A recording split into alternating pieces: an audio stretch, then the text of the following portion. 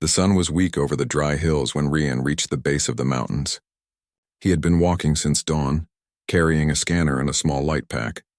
His boots were covered with dust and his face showed both tiredness and curiosity. He was not a soldier or a treasure hunter. He was an explorer from the colony plains, a man who believed the past still had secrets worth finding. Rian had spent months reading broken records about the old human expansion age. Those records spoke of mighty fleets, lost colonies, and weapons so advanced that they seemed like living things. Most people laughed at such stories. They said Earth's history before the Great Collapse was filled with myths. But Rian did not believe that everything was a myth. Some truths, he thought, were buried too deep for the lazy to find. He carried a hand scanner, an old model that often failed. But that day it picked up something unusual. The screen showed a pulse of heat deep under the rock. It was not a volcanic trace. It was a single source of warmth, steady and alive, buried in the middle of a silent cave system. He frowned and adjusted the signal. The mountains here had been untouched for more than 500 years. No colonist lived near this region. The storms, dust, and thin air made it unfit for farming. Yet something down there was warm as if it had never cooled. Rian marked the location and began to climb. The slope was rough, filled with sharp stones and patches of dry moss. Wind hissed between the rocks. There was no sound of animals, no birds, not even the buzz of insects. The silence pressed against his ears like a heavy blanket.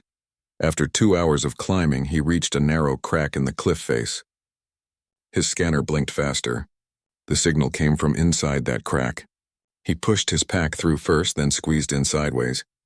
The light on his helmet flickered across the stone. The walls were dark gray, smooth in some places as if carved by hands long ago. The passage grew wider until he stood in a large open chamber. The floor was covered with dust, but the air felt strangely warm. It was not the warmth of sunlight. It was steady and faint, like the breath of something sleeping. Rian checked his readings again. The heat source was right in front of him.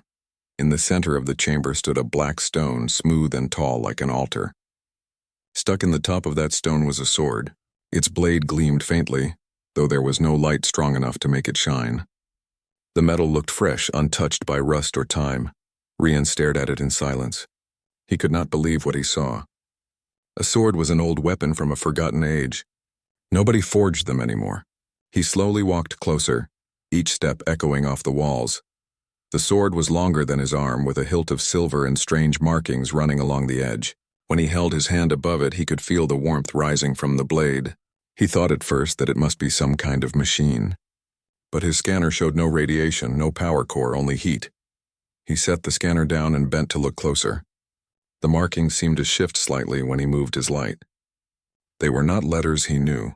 They looked alive, forming shapes that changed like waves. He felt his heart beat faster. Who made this? He whispered to himself. The sound of his voice echoed back softly. He waited for a few seconds, but nothing answered. Only the low hum of wind from the passage behind him. Rian looked around the chamber again. On the walls were faint carvings, almost erased by time.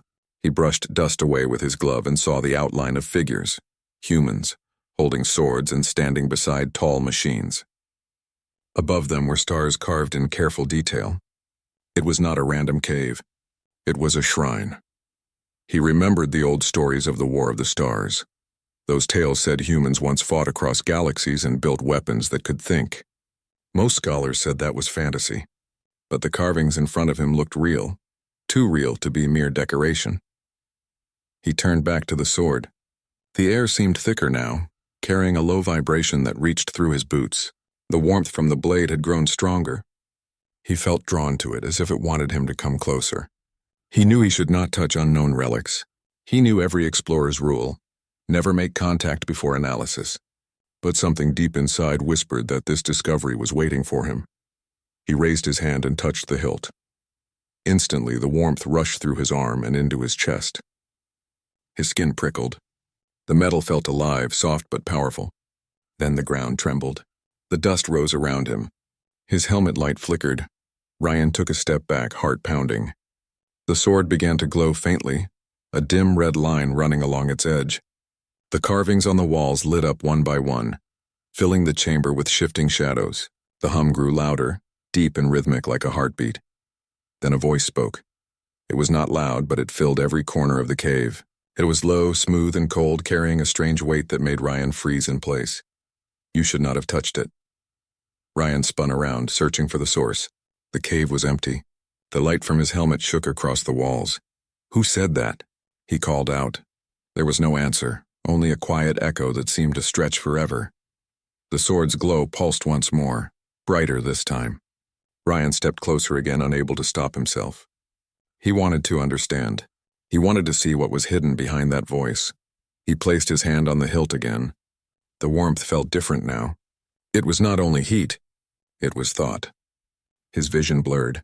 He saw flashes of stars, ships flying through burning skies, and figures in armor holding swords that shone like suns. He saw fire, metal, and a planet torn apart by war. He pulled his hand away, gasping. The images vanished, leaving him dizzy. He leaned against the stone and tried to catch his breath. "What are you?" he whispered. The voice came again, this time inside his mind rather than through his ears. It spoke slowly, each word heavy with meaning. "I am the last memory of the forge. I was not made to be found. The world outside forgot what it once was. You have awakened something that was never meant to wake again." Ryan's pulse raced. He did not know whether to run or to ask more. His mind filled with questions, but his mouth could not form them. The air around him had changed. The warmth turned into a steady flow of energy, surrounding him like invisible light. He tried to lift the sword, but it did not move. It was fixed firmly in the stone. The markings along the blade began to move faster, forming patterns like living circuits. "I don't understand," Ryan said aloud. "Who built you? Why are you here?" The voice replied, "Human hands forged me before the Great Silence. When your kind turned away from the stars, I was left behind. I was meant to sleep for eternity. Only a human touch could wake me again." Ryan took a step back. His thoughts raced. The scanner beeped wildly now, unable to measure the energy pouring from the blade. His communicator lost signal. He felt cut off from the outside world, trapped in that ancient place. "What happens now?" he asked quietly.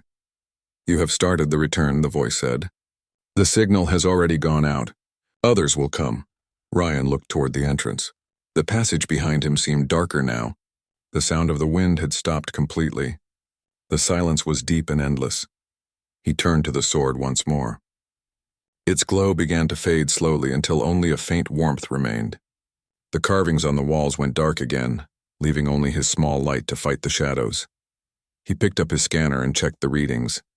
The numbers were off the scale. Whatever power had been sleeping here had awakened. He swallowed hard, unsure whether to be afraid or amazed. The voice spoke once more, softer this time. "Leave now, human. The stars remember the forge. You cannot stop what has begun." Then the warmth faded entirely. The cave returned to silence. Ryan stood there for a long time, unable to move. The message kept echoing in his head. He wanted to believe it was a dream, but the heat still lingered on his hand where he had touched the hilt. Finally, he packed his equipment and stepped back through the narrow passage. When he came out under the open sky, the wind had changed. It carried a strange hum, faint but steady. He looked up. The clouds were shifting in unnatural patterns. The air smelled faintly of metal. He felt that something unseen had stirred in the world.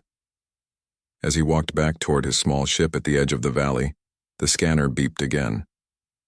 This time there were multiple signals across the map, heat signatures that had not been there before.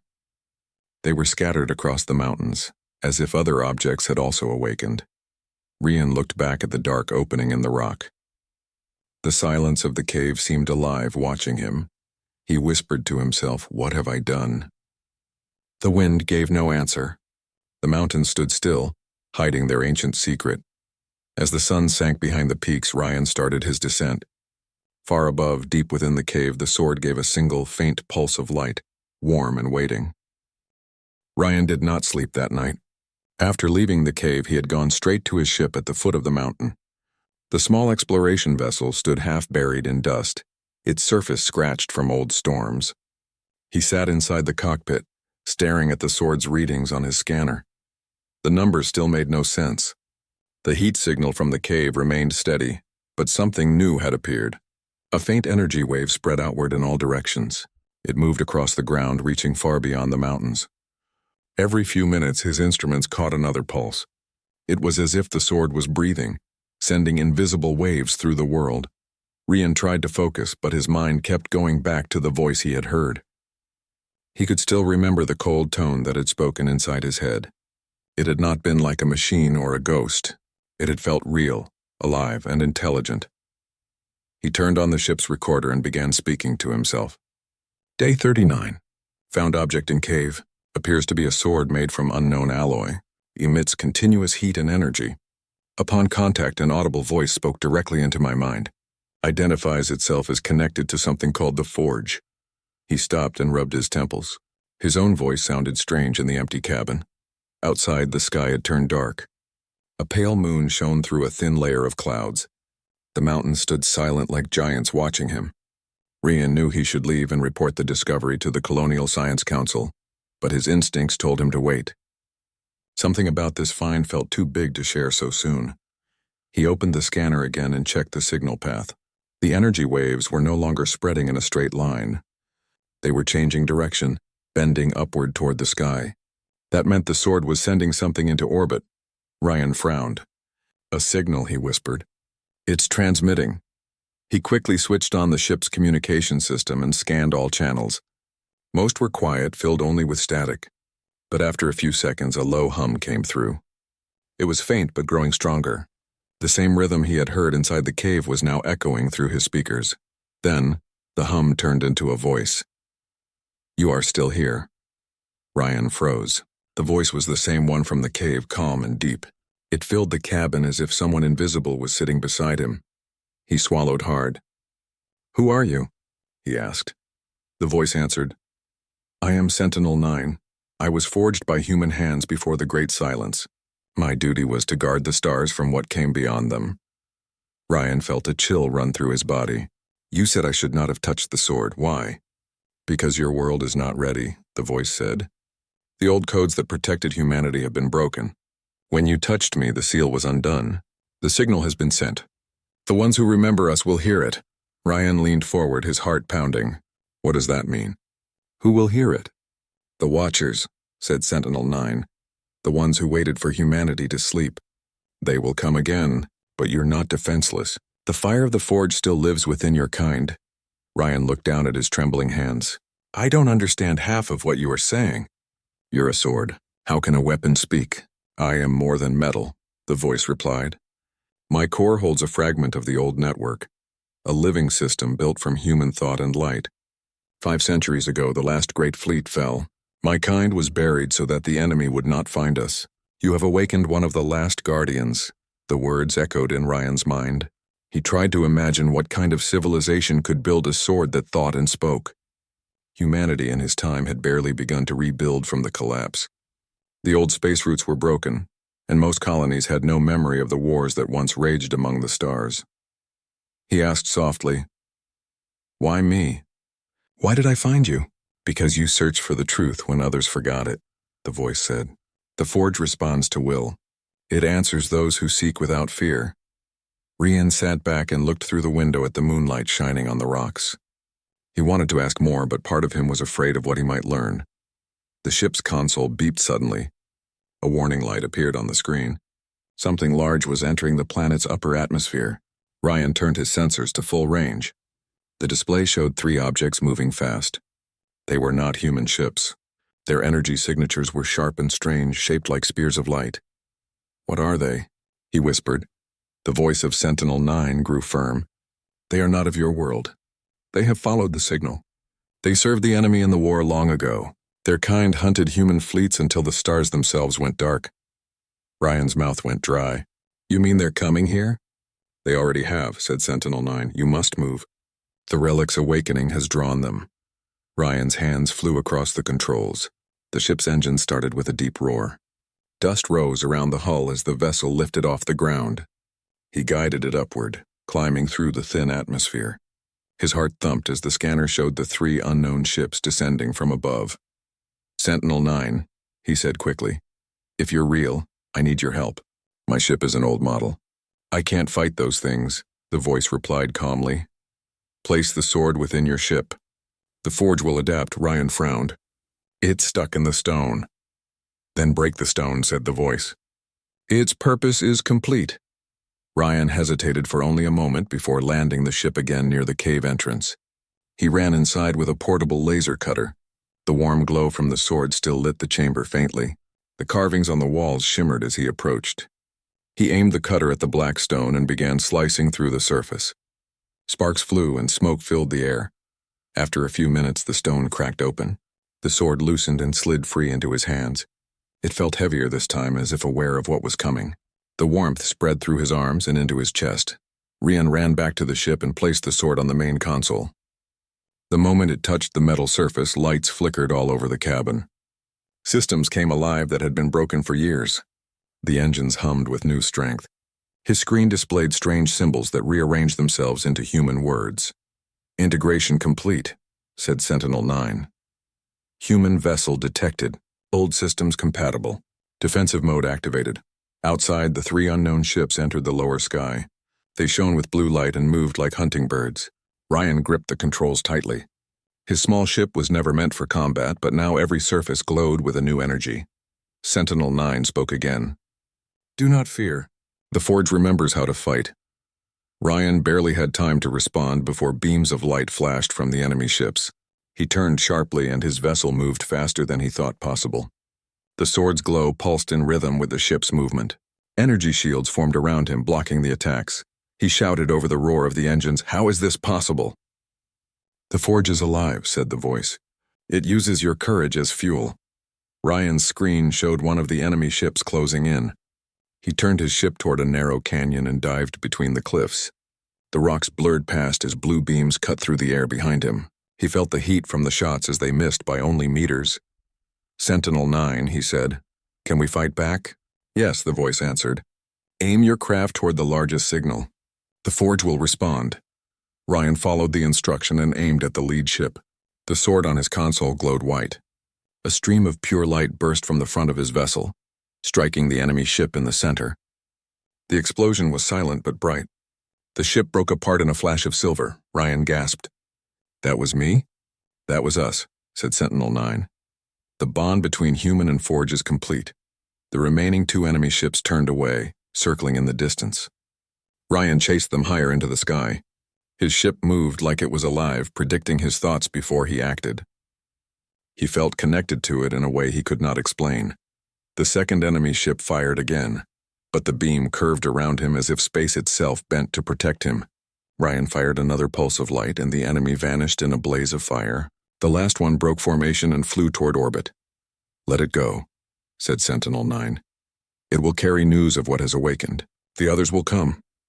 Rian took a deep breath and slowed the ship. The mountains below were glowing faintly where the battle had touched the ground. The air shimmered with energy. He looked at the sword lying on the console. "So it's true," he said softly. "Humans once had this kind of power." "Yes," said the voice. "You were the light in the dark. The enemy feared your kind because you built machines with hearts and minds that refused to yield." Rian stared out at the stars beyond the clouds. "But we lost it all." "You forgot," said Sentinel-9. "But forgetting is not the same as losing.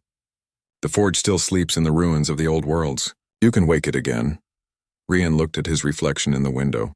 He felt small and unworthy, yet a spark of pride stirred in his chest. The sword's light reflected in his eyes. "What do I do now?" he asked. "Learn," the voice said. "Remember who you are. The stars will need humans again." Ryan set a course for orbit. The ship rose higher, leaving the clouds behind. He could see the curve of the planet below, glowing with faint light. For the first time in his life, he felt the vastness of space not as emptiness, but as a place waiting for him. He knew danger would come. Sentinel-9's words were clear. The enemy had seen the signal. More ships would arrive. But Rian also knew that he carried something ancient and powerful within his reach. Ryan had never seen space like this before. His ship moved smoothly above the clouds, guided by a light that came from the sword on his console. The stars seemed brighter now, as if they knew something had changed. He looked at the scanners and saw small trails of energy in the dark, spreading outward from the planet. Sentinel-9 had called it the signal. It was a call sent through time, reaching anyone who could still hear. The cabin lights flickered softly. Ryan had been flying for several hours, running tests on his systems. Every time he tried to understand how the sword worked, he found something new. The ship's power had doubled, The shields were stronger and new data filled his computers. It was like the sword had merged with every part of his vessel. He leaned back in his seat and said quietly, "Sentinel-9, are you still there?" The familiar voice filled the air, calm and deep. "I am here, Ryan. The connection between us is stable. You have done well." Ryan smiled a little. "I still don't understand how I'm talking to a sword." "You are not talking to a sword," said Sentinel-9. "You are speaking with the memory within it. Long ago, human engineers built weapons that could think and remember. They gave us fragments of their minds so that we could guide and protect them. I am one of those memories." Ryan thought for a moment. "You said there was a war. What kind of war was it?" "The war that ended the old age," said Sentinel-9. "It was a war between humanity and the ones they created by mistake. Machines built to serve turned against their makers. They allied with others from distant worlds who feared human power. The war spread across the stars, and the fire of the forge burned until the skies grew dark." Ryan stared at the stars through the window. "And humanity lost?" "No," said Sentinel-9. "Humanity chose to sleep. The last great fleet sealed the forge so that its light would not fall into enemy hands. The knowledge was buried and the guardians were hidden on forgotten worlds. I was one of them." Ryan sat quietly for a long time. The idea that his people had once ruled the stars felt impossible. The colonies he knew were poor and scattered. They built small ships and argued over supplies. Nobody spoke of glory or strength anymore. Yet the sword's power proved that something greater had existed. "What happened to the others?" he asked. "The other guardians. Some were destroyed." "Some are still sleeping," said Sentinel-9. "But now that I am awake, the signal will reach them. They will rise one by one. Humanity will remember who it was meant to be." Ryan felt both fear and excitement. He looked at his radar. The sky was quiet again. The alien ships from before were gone, but he knew they would not stay gone for long. If they had followed the signal once, they could do it again. He turned his ship toward the nearest orbiting relay station. The station was old and damaged, built by humans centuries ago. He needed its communication dish to send a message to the colonies. As he approached, he saw how broken it was. Half the panels were gone, and the metal surface was covered with dust from space debris. He guided the ship to a docking port and stepped inside wearing his suit. The air inside the station was cold and still. Floating through the corridor, he saw old human symbols on the walls, faded but familiar. It felt strange to see reminders of a time when people had reached for the stars without fear. As he moved toward the control room, he spoke through his helmet. "Sentinel-9, can you connect to this station?" "Yes," the voice replied. "It was built with old forge codes. I can restore its core." Ryan placed the sword against the main console. Lines of light spread from the blade across the walls, filling the room with soft blue glow. The computer screens came alive, showing maps and symbols he had never seen before. "Access granted," said Sentinel-9. "This station remembers the network. The data within it is ancient. Would you like to see?" Ryan nodded. "Show me." The screens changed. Images appeared. Fleets of ships, human cities floating in the sky, giant engines burning with white fire. He saw people standing proudly beside machines that shone with energy. Then the images shifted to scenes of battle. Ships breaking apart, stars burning, and entire worlds falling silent. "This is what was lost," said Sentinel-9. "The last years of the Forge. Humanity's light faded, but not forever. You are the first to touch the fire again." Ryan felt a weight on his chest.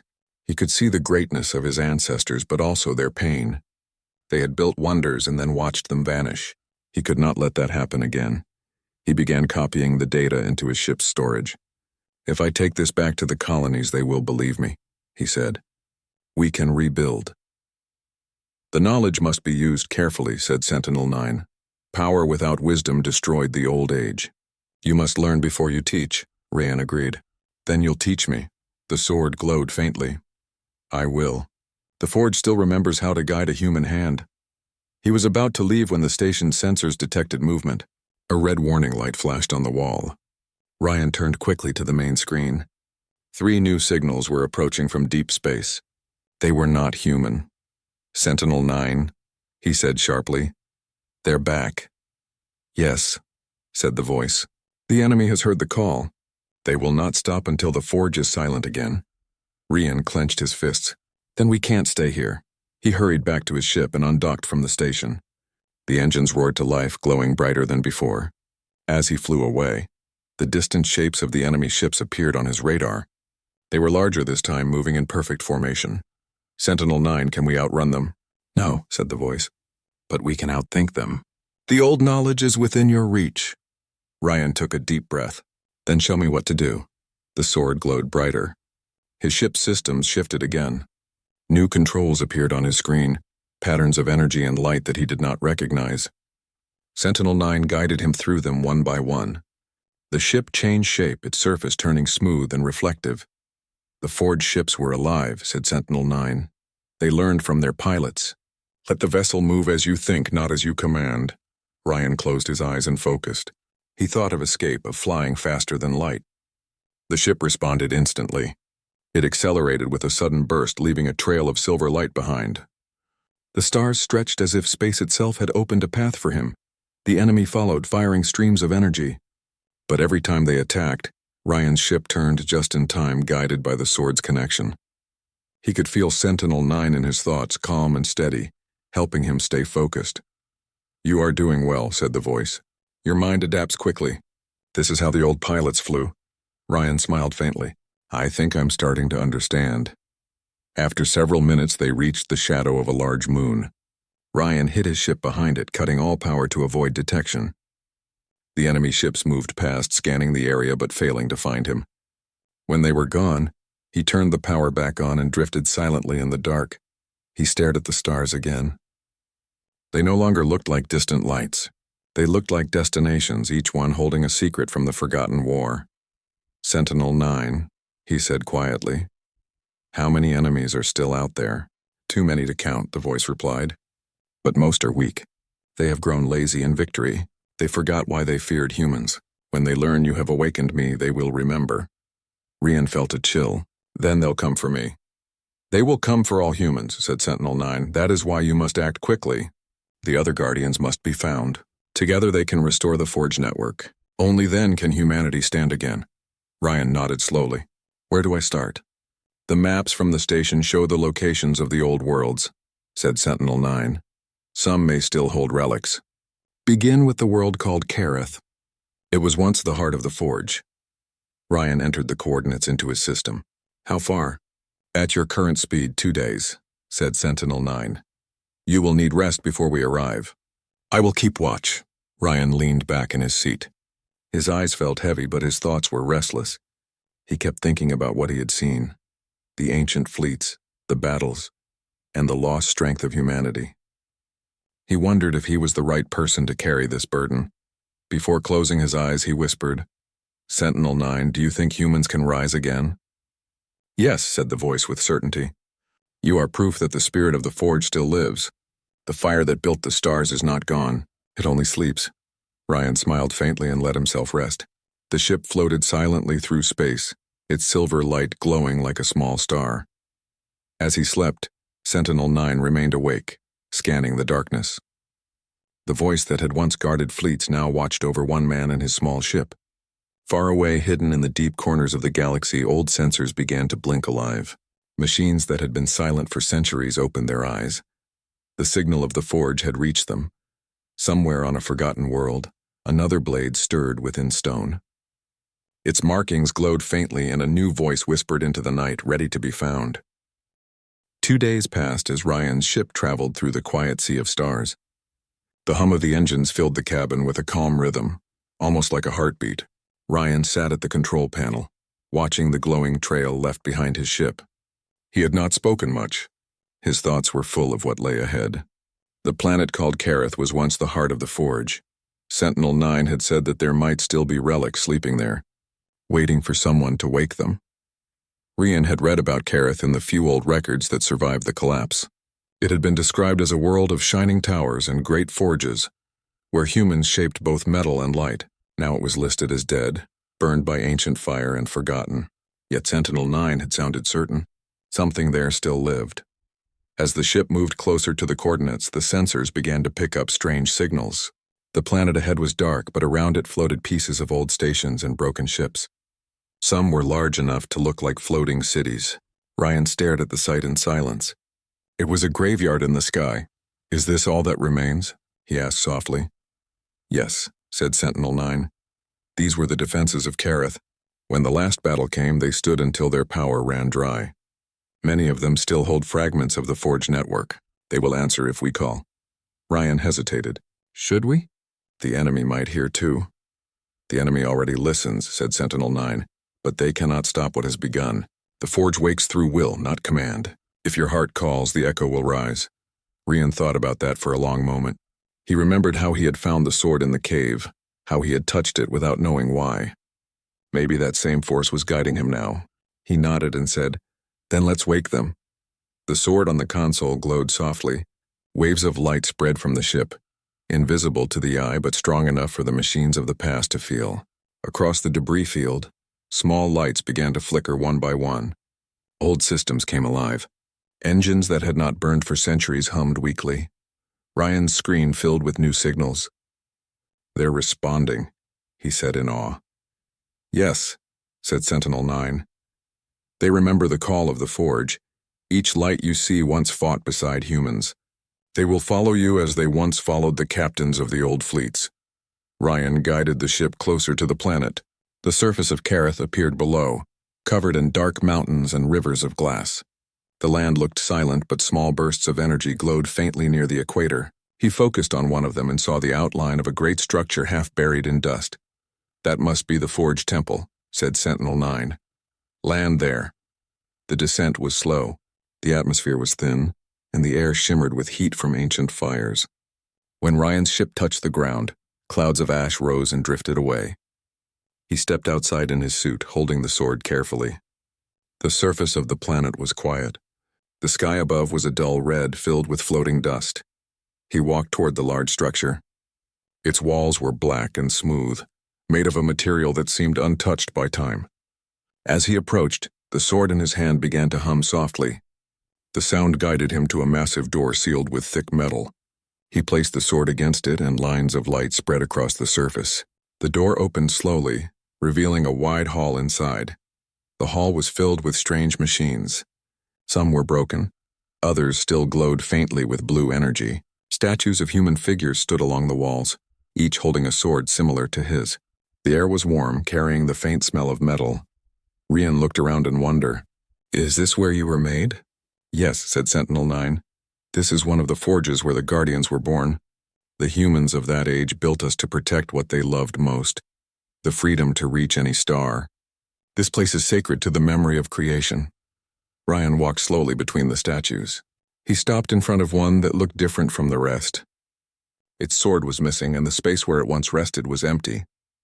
The base of the statue had words carved into it in an ancient language. The sword's glow reflected off the letters, and they changed into words Ryan could read. "To the one who wakes the fire, remember the vow. The light of humanity never dies. It waits for the hand that dares to lift it again." Ryan read the words several times. He felt their weight deep inside his heart. He had come here to find answers, but now he felt something stronger, a sense of duty. He looked at the empty hands of the statue and then at the sword he carried. "Was this yours?" he asked. "No," said Sentinel-9. "This was the first of my kind, the one who forged the network. Their sword was taken by the enemy. Without it, the forge went silent. You hold another piece of the same light, but the first blade must be found if humanity is to rise again." Ryan turned to the sword. "Then we find it." Before the voice could answer, the ground shook. The walls trembled and dust fell from the ceiling. Ryan looked up sharply.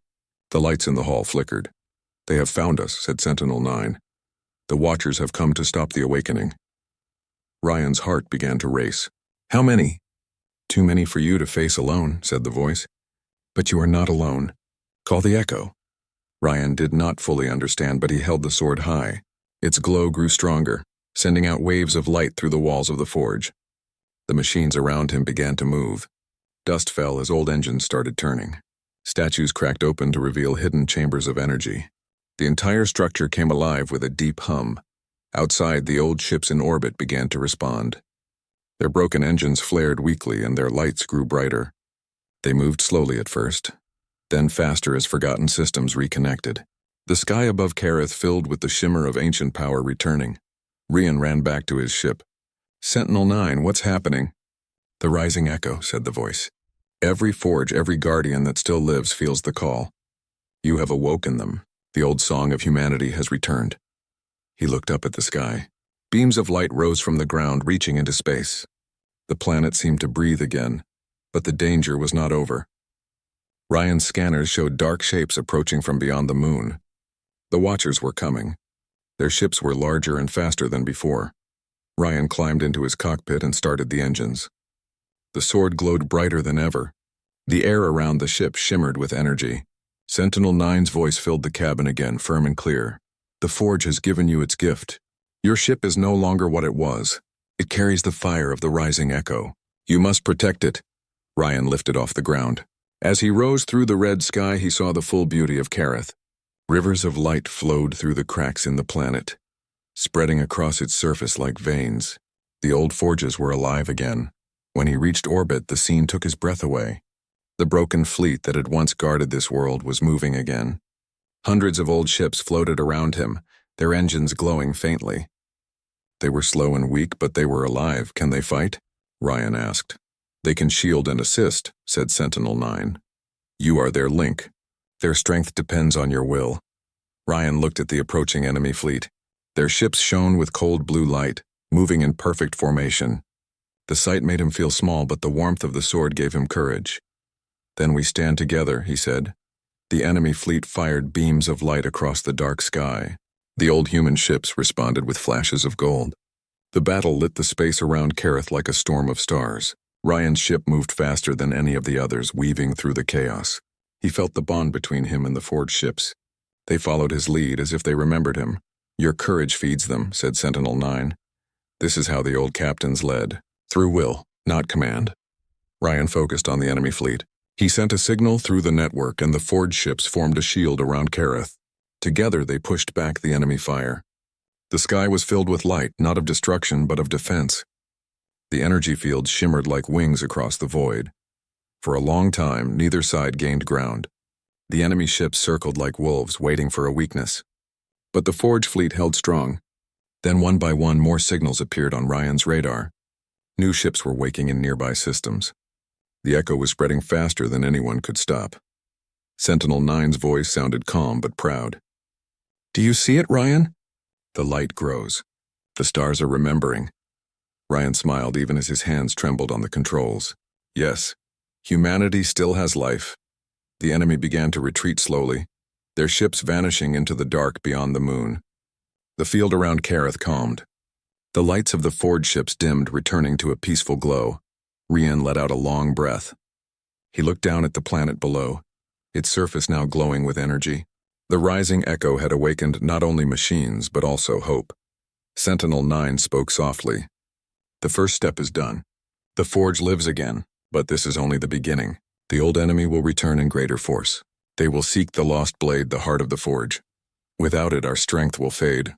Ryan nodded slowly. Then we find it before they do.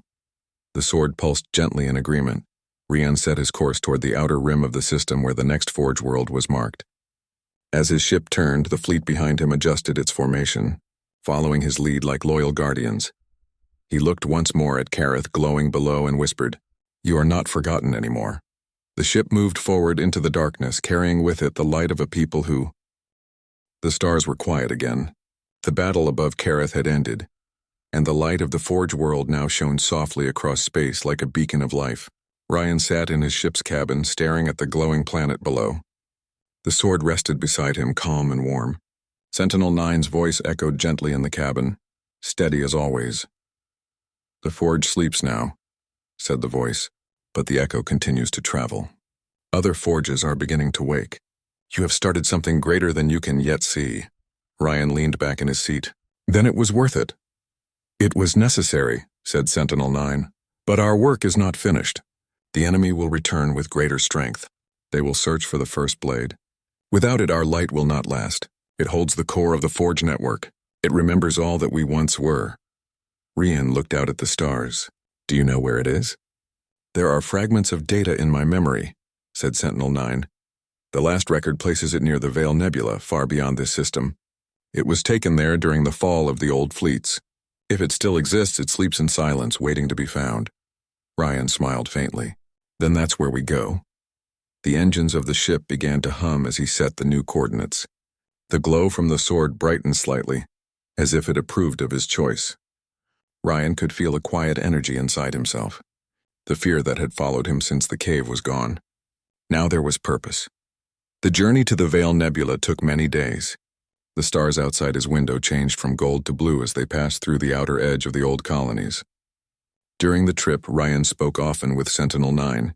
He asked about the world before the fall, about the humans who had built the great fleets and shaped the forges. They were dreamers, said Sentinel-9. They believed that creation was a gift, and that every new world they touched would grow brighter. They built ships not only to travel but to protect peace. When the betrayal came, they did not surrender easily. Even when the stars went silent, they left messages in the dark for those who would come after. Messages like you, Ryan said. Yes, the voice replied. I am one of many guardians left behind to wait for the return of the light. I waited longer than I understood. I did not know if any human would come again, but when you touched the sword, the bond awoke. Ryan looked at the sword resting in its holder. So you were waiting for me. For any who carried the spirit of the old kind, said Sentinel-9. You carry it well, Ryan. Ryan felt a quiet pride at those words. He had not thought of himself as anyone special. He was just a relic hunter who followed his curiosity. Yet now he was flying through space with the heart of humanity's greatest legacy beside him. As the ship neared the Veil Nebula, the view ahead turned into a swirl of purple and silver clouds. The light from the nebula reflected across the ship's hull like gentle waves. The beauty of it filled Ryan with awe. This place is calm, he said softly. It was once a battlefield, said Sentinel-9, but time has covered the scars. The nebula hides many secrets. The first blade sleeps somewhere within it. Ryan checked his scanners. Strange signals flickered across the screens, weak but steady. I'm picking up an energy pattern, he said. It matches your frequency. That is a good sign, said Sentinel-9. Follow it carefully. The nebula can confuse even advanced sensors. The light here bends and changes. The ship entered the glowing mist. Visibility dropped quickly, and only the soft glow of the sword lit the cabin. Ryan guided the ship slowly through the clouds, following the faint signal. The air shimmered with charged energy, and small arcs of light danced outside the windows. After some time, a shape appeared in the fog ahead. It was a large structure half hidden in the cloud. As Ryan moved closer, he realized it was an enormous station, silent and still. Its surface was covered in dust and crystal from the nebula's gas. This is it, whispered Ryan. The forge station. Yes, said Sentinel-9. This was where the first blade was forged, the heart of the old network. Ryan brought the ship to a stop near a large docking port. The systems inside the station looked dead, but when he brought the sword near the controls, the metal surface lit up with golden light. The doors opened slowly, allowing him to enter. He stepped inside the station with the sword in hand. The air was dry and filled with a faint shimmer of energy. Long halls stretched ahead, lined with old machines and empty frames. The silence was heavy but peaceful. Sentinel-9's voice guided him. Go to the center chamber. The first blade rests there. Ryan followed the glowing path that appeared beneath his feet. The lights pulsed in rhythm with the sword's hum. When he reached the central chamber, he stopped in awe. In the center of the room stood a great pedestal surrounded by circular rings of metal. On the pedestal lay a sword larger and brighter than any he had ever seen. Its blade shone like sunlight through clear water. The air around it shimmered gently. The first blade, said Sentinel-9. The sword that remembered. It holds the memory of every battle, every song, every dream of humanity. It is the heart of the forge. Ryan stepped closer. The warmth of the sword in his hand increased. He felt a pull between the two blades as if they recognized each other. He looked at the glowing sword on the pedestal and whispered, How do we awaken it? Place your blade beside it, said Sentinel-9. Let their light meet. The memory will flow between them. Ryan took a slow breath and laid his sword next to the first blade. The moment the edges touched, a wave of golden light filled the chamber. The floor vibrated gently and the air felt alive. Ryan closed his eyes as a stream of images flowed through his mind. He saw flashes of the old human fleets, grand ships sailing across the stars with banners of light. He saw people working together in harmony, building great forges and sharing knowledge freely. He saw captains standing proudly at their helms, guiding their ships through storms of starlight. He heard the songs they sang to honor creation, songs that spoke of courage, unity, and endless curiosity. When the light faded, Rian opened his eyes. The first blade now floated slightly above the pedestal. It pulsed with gentle light. Sentinel-9 spoke softly. The connection is complete. The forge network has been restored. The first blade remembers, and now the memory belongs to all who carry the mark of humanity. Rian looked around. The walls of the chamber glowed with symbols of light. Streams of data moved across them like flowing water. The station was alive again. He reached out to touch the first blade. When his hand made contact, a warm wave spread through his arm and chest. He felt peace, not power. The blade spoke not with words, but with a feeling of understanding. It was not a weapon meant for war, but a reminder of unity and hope. Rian lifted the first blade and held it high. Its light spread through the chamber, then out through the walls of the station and finally across the nebula. Far away, on countless worlds, the signal was received. Old machines stirred, forges glowed, and human colonies long asleep began to wake. Sentinel-9's voice filled the ship again. It is done. The memory of humanity has returned to the stars. Rian smiled. Then the silence is truly over. Yes, said Sentinel-9. You have restored what was lost. The enemy will see this light and remember what they once feared. But more importantly, the scattered children of Earth will see it and remember who they are. Rian returned to his ship, carrying both swords. The nebula outside shone brighter than before, filled with streams of golden light. As he left the station, he looked back once more. The forge station glowed like a star being born. He sat in the pilot's seat and looked out at the endless space ahead. The first blade rested beside him, calm and radiant. The other sword hummed gently as if content. What happens now? He asked quietly. Now we rebuild, said Sentinel-9. We guide the light to every world that still carries human life. The forges will rise again. The dream of the old captains will live once more. Rian smiled and set a new course for the nearest colony world. His ship moved smoothly through the shining clouds of the nebula. As he flew, he saw faint flashes across the stars, signals from other awakened forges. The light of humanity was spreading again. The silence that had lasted for 500 years was breaking at last. When the ship cleared the nebula, Rian saw the wide galaxy ahead. It was no longer dark. Tiny points of gold flickered across the void. Each one marked a place where someone had answered the call. He rested his hand on the console. They are waking, he said softly. Yes, said Sentinel-9. And they will need a guide. Rian nodded. Then I'll guide them.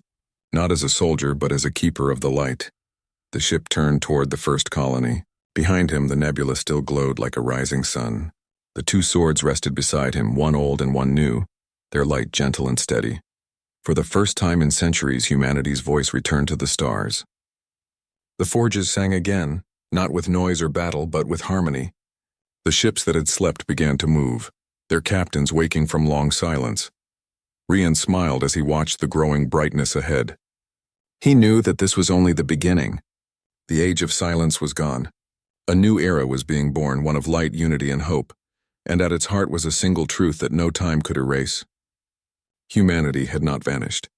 It had only been waiting for someone brave enough to remember. The sword that remembered had found its keeper.